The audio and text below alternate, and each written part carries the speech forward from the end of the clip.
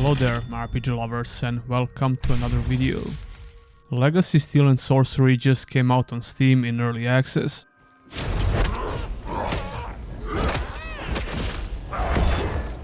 This game is a third-person action RPG with PvP and PvE features. You can choose between 4 different classes to play, and there are some traditional RPG elements like leveling up, getting new abilities, crafting, or buying new gear and items. You have to enter a queue either solo or with a couple of friends, and each round lasts 20 minutes. If you don't reach the extraction point before the time runs out, you're going to die and lose all the items you looted. In the meantime, you can explore the map and gather resources you need to level up your characters, do various quests, improve your skills and craft items. And of course, you will engage in various PvE and PvP battles. That would sum up all the major features in this game. I'm going to give you some beginner tips and talk more in depth about these major features, so this video should be helpful if you're a new player. This is a sponsored video by Notorious Studios, so huge thanks to them for reaching out to the channel. Make sure you check the game out on Steam by clicking the link in video description or in the pinned comment and support the channel. The gameplay in Legacy is action-oriented, and this game has all mechanics that you would expect to find in a modern action RPG. For example, the warrior has a combo system for standard attacks, you can block, dodge, and use special abilities. All classes start with at least 4 abilities, but as you play the game you will unlock more and you can swap them around. As you level up and gain more experience, you also get some passive skill points that you can invest in the skill tree. The biggest choice you have to make in the game is obviously the class you want to play, so let's talk about that. You can choose a warrior, hunter, rogue, or a priest. Warrior has a couple of different weapon types he can carry, and this also affects what abilities he can use. Same goes for other classes, there are weapon abilities and class abilities. Warrior has a charging ability, ground slam, a very powerful ability that chains a couple of attacks together, and he can even use some ranged weapons. Whirlwind is quite possibly my most favorite warrior ability, but I didn't play a lot with this class, which might shock some of my regular watchers. You can chain a couple of standard hits together by simply attacking, but you can also charge your attacks for more damage. As a matter of fact, all classes allow you to charge your attacks. Speaking about what all classes can do, dodging hits is something you'll be doing a lot in this game. There is a green stamina wheel that you can see on the left, and here's a couple of very useful tips about it that I wish I knew sooner. If you sheath your weapon, some of these actions like running and jumping won't cost you any stamina. This is a huge deal actually, because your stamina is precious in combat. Your class abilities have other resources and cooldowns, they don't use stamina as far as I'm aware. If you're not careful and just spam your attacks and dodges, your stamina and your character turns orange, which makes you very vulnerable. You won't be able to sprint or dodge in this state and you can easily die, so make sure you watch the stamina wheel. It's not an extremely punishing stamina system because you just need to watch a little bit and not push it to its limits. But when it happens, you kinda feel helpless until it goes back to normal. I would say it's not that hard to control your stamina in this game. Easier said than done when you're having an intense PvP battle, but still.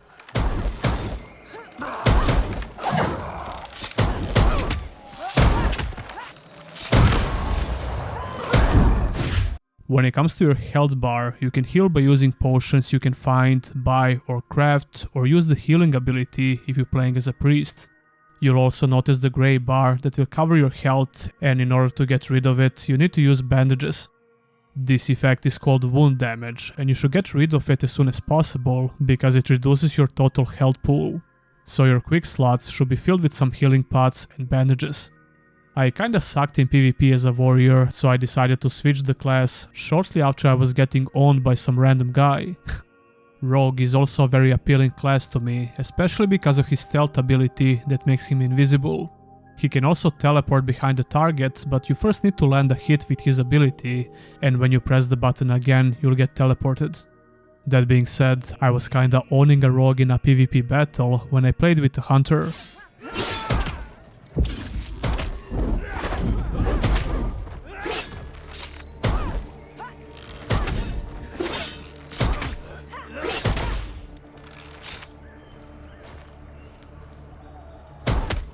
Like I said before, Hunter is hands down my most favorite class in the game, so far at least. She is very mobile and pretty skill based, especially because of those headshots that you'll constantly try to land on NPCs and players for that juicy extra damage. She has a trap ability which is very useful, a powerful bomb that will blow people away and do some decent damage, and some other cool abilities to unlock as you level up. If you choose to play with a Hunter, there is a specific passive skill you should get as soon as possible. It allows you to press the dodge button while jumping, which will make your character do a backflip and create some nice separation. It's very fun to use actually, and it's one of the reasons why I think the Hunter is very fun in general.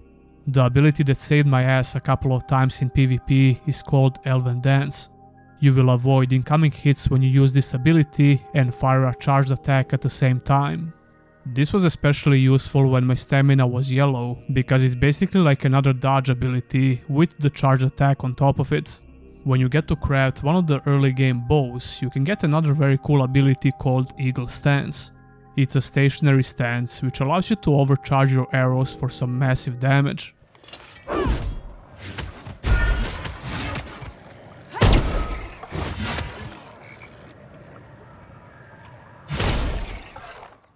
Very hard to pull off in PvP, but very useful in PvE. If playing as a support is your thing, you'll probably like the Priest. It's not really my type of a class, but I think her abilities are pretty cool. She can use a big mirror, which stops ranged attacks, a powerful smite spell, and most importantly you can heal yourself or your allies. She can also levitate a little bit when jumping, which is pretty cool, but this will actually drain some of your stamina. What's important to keep in mind when it comes to the leveling up system, you won't lose your progress when you decide to play with another class. When you switch the class you're playing with, you will just pick up where you left, so the progression won't reset. So you're constantly leveling up all character classes. Most of these marked places on the map are pretty tough for a low level character. So the best thing to do as a level 1 character is try to fill up your pouch with various items you gather on the map and try to survive long enough to get to the extraction point. If you die before that, you will lose all of your items in your inventory. However, there is a special slot in the inventory which can only carry one item with you, and you should put something you really don't want to lose here.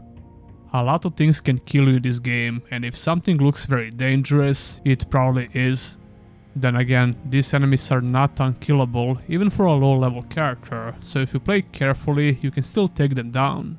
It's usually worth it because tougher enemies will drop high quality loot. If you want to play it safe, you'll probably try to extract as soon as possible so you don't lose the high quality items. Or you can always risk it and try to gather as much items as possible before going to the extraction zone. Various gathering materials are needed to craft items for a character class. All characters have gear slots with traditional RPG stats. There are 7 different merchants you can interact with, like the weaponsmith, alchemist, tailor, and so on. All of these merchants offer specific services that are pretty much essential, but you need to provide them with different materials you get while playing the game. There is wood cutting, mining, gathering flowers, looting chests, and so on, you get the picture. One of the main things which pushes the character progression forward is the quest boards. The main quest is called Campaign, which will reward you with some special items upon completion. But pretty much all quests you take from the quest board will reward you with some useful items like healing pots or some ingredients for crafting.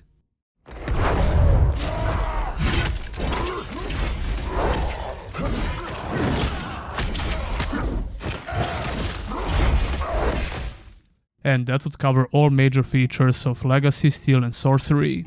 12th of February is the official release date of the early access version, which would be the exact date when this video goes live. Check out the game by clicking on the link in the video description or in the pinned comments. Once again, big thanks to Notorious Games for reaching out to the channel and sponsoring this video. Anyway, tell me your opinion about Legacy, Steel and Sorcery in the comments below. Don't forget to like the video and subscribe for more content like this. And if you want to go a step further, consider supporting your boy by becoming a YouTube channel member or a Patreon. Huge thanks to all my current supporters, and I'll see ya in the next one.